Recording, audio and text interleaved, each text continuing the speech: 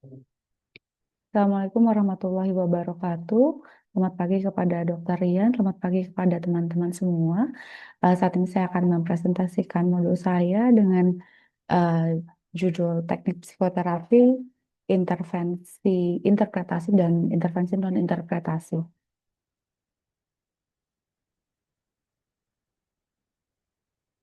Tujuan dari pembelajaran ini adalah mengetahui lebih dalam mengenai teknik psikoterapi, intervensi interpretasi, dan teknik psikoterapi, intervensi non-interpretasi.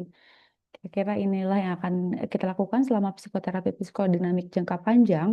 Kita akan mulai memahami pasien dengan teori psikoanalisisnya, pengkajian, indikasi, dan formulasi psikodinamik, lalu menentukan tujuan terapi.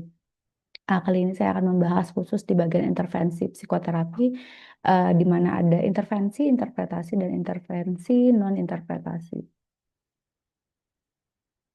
Pertama mungkin akan kita bahas sedikit apakah psikoterapi itu. Psikoterapi adalah terapi yang menggunakan cara-cara psikologik dilakukan oleh orang yang terlatih dalam hubungan profesional, yaitu terapis pasien dengan tujuan menghambat, menghilangkan gejala, dan eh, mengurangi penderitaan akibat penyakit. Ini menurut Wahlberg di tahun 1977. Psikoterapi psikodinamik sendiri adalah terapi yang dilandasi oleh pemahaman psikodinamik yang dialami oleh seorang pasien. Psikoterapi psikodinamik merupakan upaya untuk mengurai proses dan konflik nirsadar yang terdapat pada pasien untuk menghilangkan atau mengurangi ketegangan psikis yang dialaminya. Pendekatan ini juga berupaya untuk mengetahui bagaimana proses nirsadar itu terbentuk pada masa lalu seseorang yang biasanya dipengaruhi oleh pengalaman selama masa perkembangannya.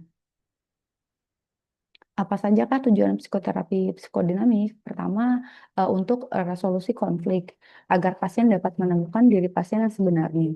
Lalu harapannya dapat meningkatkan kapasitas pasien untuk memenuhi kebutuhan self secara lebih adaptif. Diharapkan juga dapat memperbaiki hubungan interpersonal pasien melalui pemahaman mengenai relasi objek pasien. Eh, serta harapannya pasien dapat membentuk makna-makna baru untuk pasien dari dialog terapeutik yang terjadi dan harapannya pada akhirnya akan meningkatkan fungsi mentalisasi pasien.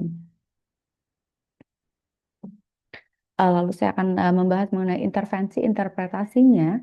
Eh, Intervensi interpretasi ini ibaratkan adalah sebuah pisau bedah dalam psikoterapi psikodinamik.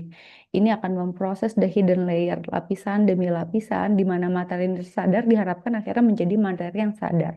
Ini akan mengaitkan peristiwa yang terjadi dalam sesi terapi dengan materi yang sadar pasien, dan harapannya pengulangan interpretasi, konfrontasi, dan klarifikasi akan lebih meningkatkan awareness pasien. Jadi tujuan utama dari intervensi interpretasi ini adalah meningkatkan insight, kapasitas refleksi, dan restrukturisasi relasi internal dalam diri pasien. Diharapkan pasien akhirnya memahami asal-usul emosinya, bukan hanya gejalanya. Lalu pasien dapat meningkatkan refleksi sehingga akhirnya dapat meningkatkan kemampuan mentalisasi pasien dan mengurangi gejala dengan merestrukturisasi pengalaman internal. Lalu pasien dapat membantu mengenali pola relasi yang berulang yang terjadi pada dirinya. Ini adalah intervensi interpretasi, di mana interpretasi dilakukan setelah dilakukan proses observasi pada saat sedang dilakukan dialog terapeutik. Prinsip dasar dari interpretasi intervensi adalah pertama, timingnya jangan terlalu cepat, karena hal ini bisa memicu resistensi atau putusnya aliansi dengan pasien. Lalu dilakukan dari level permukaan yang sadar sampai ke level permukaan yang lebih dalam, di mana itu adalah sebuah keadaan yang sadar dari pasien. Lalu diharapkan pada saat kita melakukan intervensi interpretasi, kapasitas ego pasien harus disesuaikan dengan eh, yang akan kita lakukan, karena pasien-pasien dengan ego yang rapuh akan lebih sulit untuk menerima interpretasi. Lalu pada saat kita melakukan intervensi interpretasi, kita harus menggunakan nada yang kolaboratif, di mana perkataan kita tidak berbunyi seperti vonis, tetapi lebih ke hipotesis yang dieksplorasi bersama dengan pasien. Apa saja jenis-jenis interpretasi? Pertama adalah linking. Linking ini adalah kejadian di mana kita menghubungkan masa kini dengan masa lalu.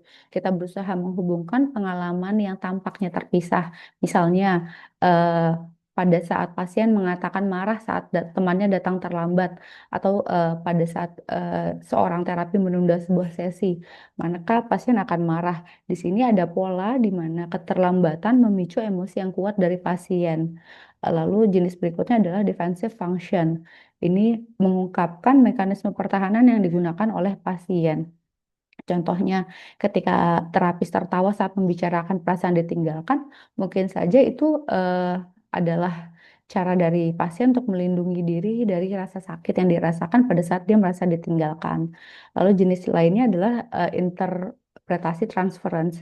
Ini menjelaskan reaksi pasien terhadap terapis sebagai cerminan hubungan penting masa lalunya. Misalnya,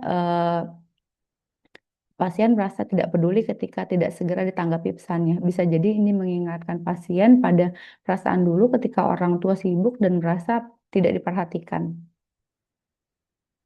Bagaimana struktur penyampaian interpretasi? Pertama, kita gunakanlah fenomena. Lalu kita menghubungkan fenomena ini dengan tema yang ada pada pasien dan menawarkan hipotesis. Contohnya, misalnya pada saat pasien tampak kecewa ketika kita sebagai terapis menunda sebuah pertemuan. Kita bisa menyatakan fenomena ini. Lalu kita menghubungkan fenomena ini dengan kejadian di masa lalu pasien. Kita bisa bilang misalnya, mungkin ini mengingatkan Anda pada pengalaman saat merasa diabaikan ya gitu. Setelah itu kita lalu menawarkan hipotesis. Apakah mungkin ada keterkaitan antara reaksi Anda sekarang dengan pengalaman masa lalu tersebut? Seperti itu adalah struktur dari penyampaian interpretasi. Ini contoh dari intervensi interpretasi pada kasus di mana pasien dengan episode depresif berat tanpa gejala psikotik datang dengan keluhan sedih berkepanjangan, merasa tidak berharga dan sering menyalahkan diri sendiri. Saya akan memerankan pasien dan terapis sekaligus, mungkin akan dibedakan sedikit nadanya di pasien. Dok, saya merasa gagal terus. Kemarin teman saya tidak menghubungi saya balik. Mungkin karena saya orang yang membosankan ya. Sama seperti dulu, keluarga saya juga sering tidak memperhatikan saya. Pada saat pasien berkata seperti itu, maka terapis bisa melakukan interpretasi linking. Kita menghubungkan dengan berkata, sepertinya ketika seseorang tidak merespon Anda, hal itu langsung membuat Anda merasa tidak berharga. Bisa jadi perasaan ini terhubung dengan pengalaman Anda di rumah dulu ketika Anda sering merasa diabaikan. Lalu harapannya setelah itu pasien mulai tenang dan lebih menyadari apa yang dia rasakan. Pada saat pasien mulai menyadari bahwa respon emosionalnya sekarang merupakan ulangan-ulangan dari pola lama atau repetition of the past, pasien akan mulai mengerti apabila pasien merasakan seperti itu, tidak berarti bahwa apa yang dirasakan itu benar. Contoh berikutnya dari intervensi interpretasi. Ini adalah kasus pasien borderline personality disorder, di mana pasien sering memutuskan hubungan mendadak, impulsif, dan merasa takut ditinggalkan. Di pasien berbicara, kenapa dokter telat 10 menit? Saya tahu dokter juga pasti benci sama saya. Semua orang pada akhirnya akan meninggalkan saya. Pada pasien dengan emosi yang meninggi seperti itu, sebagai terapis kita bisa melakukan interpretasi transference. Lalu kita jelaskan bahwa waktu saya telat, Anda langsung merasa ditolak dan dibenci. Bisa jadi perasaan itu muncul karena pengalaman Anda sebelumnya. Ketika orang yang penting bagi Anda membuat Anda merasa ditinggalkan. Mungkin saat ini Anda mengalami kembali perasaan itu bersama saya. Harapannya di sini pasien belajar mengenali pola transferensi dan menyadari bahwa reaksi emosinya berakar dari pengalaman relasional sebelumnya, bukan semata realitas saat ini. Lalu contoh lain dari intervensi, sekarang saya akan mulai membahas intervensi non-interpretasi. Ini adalah teknik terapeutik yang tidak menyingkap makna bawah sadar secara langsung, tetapi membantu pasien merasa aman, didengar, dan mampu berpikir. Ini memberi dukungan tanpa menyingkap makna secara langsung dan harapannya ini bisa menjadi fondasi dari aliansi terapeutik dan prasyarat sebelum interpretasi yang lebih dalam bisa diberikan. Intervensi non-interpretasi ini disebut juga dengan supportive intervention atau ego supportive techniques karena aliansi terapeutik bisa terbentuk dengan harapan pasien tidak merasa teriritasi akibat dari interpretasi kita. Tujuan utamanya adalah membangun dan menjaga aliansi terapeutik, harapannya memberi rasa aman dan kepercayaan dari pasien, lalu mengurangi kecemasan. Pasien bisa tetap di dalam window of tolerance, jadi pasien tidak merasa cemas pada saat sesi psikoterapi berlangsung. Lalu harapannya bisa memberikan ego support bagi pasien, di mana akhirnya akan memperkuat fungsi ego pasien agar pasien dapat berpikir dan merefleksikan diri. Lalu eh, tujuan lainnya adalah untuk meningkatkan kapasitas untuk menerima interpretasi di kemudian hari. Ini dapat kita gunakan pada pasien dengan ego yang rapuh, kecemasan tinggi, dan aliansi terapeutik yang belum kuat. Ini adalah bentuk dari intervensi non-interpretasi. Pertama, kita bisa melakukan klarifikasi.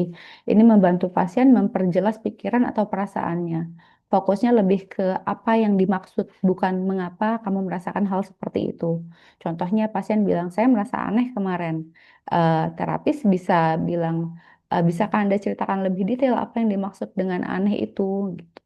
Lalu bentuk berikutnya adalah konfrontasi. Konfrontasi adalah tindakan di mana kita menyoroti inkonsistensi atau resistensi tanpa langsung menafsirkan makna tak sadar. Tujuannya untuk mengajak pasien melihat inkonsistensi perilaku atau ucapan. Misalnya pasien mengatakan, saya ingin punya hubungan dekat, tapi saya juga sering menghindari teman. Sebagai terapis kita bisa menanggapi dengan, oh menarik, Anda ingin kedekatan tapi juga sering menghindar. Bagaimana Anda memahami hal ini? Gitu. Itu adalah konfrontasi atau kita menyoroti inkonsistensi dari pasien tanpa langsung menafsirkan makna tak sadar, tetapi berharap pasien dapat memikirkan sendiri makna dari ucapannya. Lalu supportive intervention. Ini adalah memberi validasi, reassurance, encouragement, bahkan kadang saran sederhana digunakan terutama untuk pasien dengan ego yang rapuh, misalnya pasien-pasien borderline atau psikotik. Contohnya kita bisa memberikan eh, suportif berupa perkataan seperti saya bisa mengerti betapa sulitnya situasi itu bagi Anda. Atau kita juga bisa mengatakan kita bisa hadapi ini bersama. Lalu bentuk intervensi non-interpretasi berikutnya adalah advice atau guidance. Ini jarang dipakai dalam terapi psikodinamik klasik, tetapi bisa relevan untuk fungsi suportif. Contohnya, pada pasien dengan gangguan tidur, kita bisa menyarankan strategi tidur sehat bagi pasien. Seperti itu. Ini adalah bagian dari intervensi non-interpretasi, di mana tujuan utamanya adalah memberikan dukungan dan aliansi. Contoh contoh dari intervensi non interpretasi, misalnya pada pasien yang cemas dan akhirnya mengatakan bahwa saya tahu semua orang akan menolak saya kalau tahu saya sakit. Sebagai terapis kita bisa mengatakan memberikan supportive intervention seperti wah itu ketakutan yang berat. Kita bisa membicarakan bersama bagaimana cara Anda menghadapi situasi ini langkah demi langkah. Harapannya setelah itu pasien akan lebih tenang dan menyadari bahwa oh iya pasien memang membutuhkan dukungan saat ini. Lalu contoh lain dari intervensi non-interpretasi pada kasus pasien dengan borderline personality disorder di mana pasien merasa emosional dan takut ditinggalkan. em, Pasien dengan emosi marah dan nada tinggi serta gelisah. Dok, Anda pasti benci saya. Minggu lalu Anda tidak langsung membalas pesan saya. Semua orang memang akhirnya akan meninggalkan saya. Terapis bisa tetap tenang dengan kontak mata yang stabil dan suara yang menenangkan melakukan supportive intervention. Kita bisa merespon dengan, saya bisa melihat ini membuat Anda sangat terluka dan takut. Rasanya seperti tidak ada yang bisa diandalkan pada saat itu ya. Harapannya setelah itu pasien akan sedikit tenang walaupun masih defensif. Ya, pasien mengatakan bahwa dia memang selalu merasa seperti itu, selalu merasa ditinggalkan. Akhirnya kita bisa memberikan klarifikasi, kita bisa menceritakan detail tentang apa yang dirasakan pada saat tidak dibalas pesannya. Lalu pasien akan menanya dengan kayak nada melemah dan merasa sendirian, seperti tidak ada yang peduli. Setelah itu, terapis dapat memberikan supportive reassurance dengan menyatakan bahwa itu memang perasaan yang berat, tetapi di sini kita bisa membicarakan perasaan itu bersama-sama. Saya akan tetap ada bersama Anda dalam sesi ini.